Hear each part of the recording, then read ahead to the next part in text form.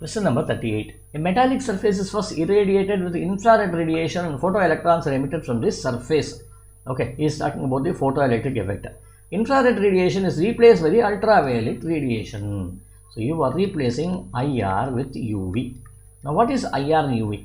IR, see, in a visible spectrum, okay, this line, any line which is below this one will be UV and above this one will be IR. Then what is this here? This is your visible, this is your violet, and this will be your red. In between you have whipped gear over here. That's the way how I remember. So the reason for this remembrance or aid to memory is that this R will be for having a wavelength of 700 nanometers, and this violet will be having 400 nanometers. Right? Reasons for this is that when you consider UV region, that means the wavelengths of UV region are lesser than 400 nanometers. 400 nanometers, and when you consider for red, okay, then that is IR region.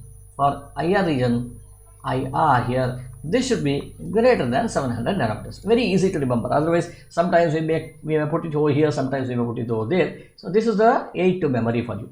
Okay, so as in other words, what you can say is lambda of your ultraviolet is lesser than the lambda of the infrared. Okay, now when you replace infrared with ultraviolet, what happens to the energy? We know that energy of a photonic beam is given by hc by lambda, right? So when you have something like this, so since lambda of UV is less than lambda of IR, so we can now say energy of UV is greater than energy of IR. Ultraviolet radiation will have a larger energy. Okay, that means the photons that you get over here are having more energy as compared to the infrared photons.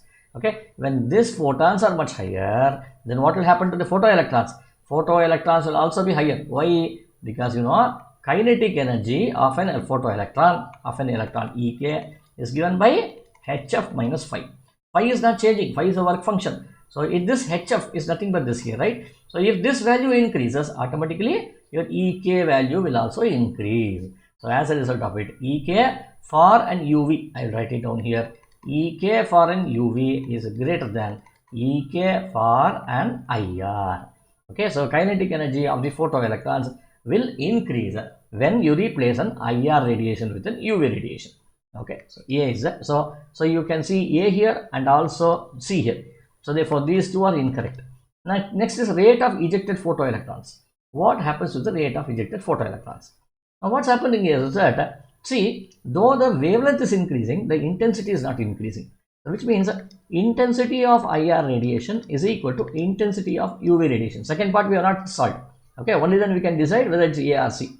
Intensity of IR radiation equal to intensity of UV radiation. What is intensity? Intensity is nothing but energy of the IR radiation per unit time per unit area is equal to energy of the UV radiation per unit time into area.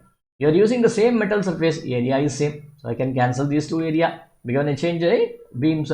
When you are using it for the same time, so this is also changed. So that means something like this is here. So how can these two be equal? You can't have equal, right? So let me write something like this in. So I can have n1 photons of this energy, okay, is equal to n2 photons of the ultraviolet. I can write something like this. Now, if this is the case, we know that what is being given here, EKUV. Okay, let me write it down here like this. NIR, I'll write this as NIR and this is NUV. Okay, so NIR divided by NUV. Okay, what is N here? Number of photons which are incident. Okay, so multiplied by EIR. So this should now be equal to EUV divided by EIR. Now what is that we have seen? EUV is greater than EIR, or this should be greater than 1 here. Okay, if this is greater than 1, then what do I have? NIR is greater than NUV. So what is NIR greater than NUV? That means the number of photons that are incident in IR beam is greater than the number of photons incident in an UV beam. Now let us look at this here. So if one photon is now making one electron to come out, which means what happens? When it was NIR, that is when it was IR beam, let us say 50 photons were giving out to 50 electrons. Now what is happening? When you replace the infrared with the ultraviolet, this 50 would have become 40 over here. As a result of it, it is going to emit only 40 electrons over here. which means the number of photoelectrons is going to decrease over time. So that's what it says, rate of the ejected photoelectrons will start decreasing. So A is the right answer. Okay.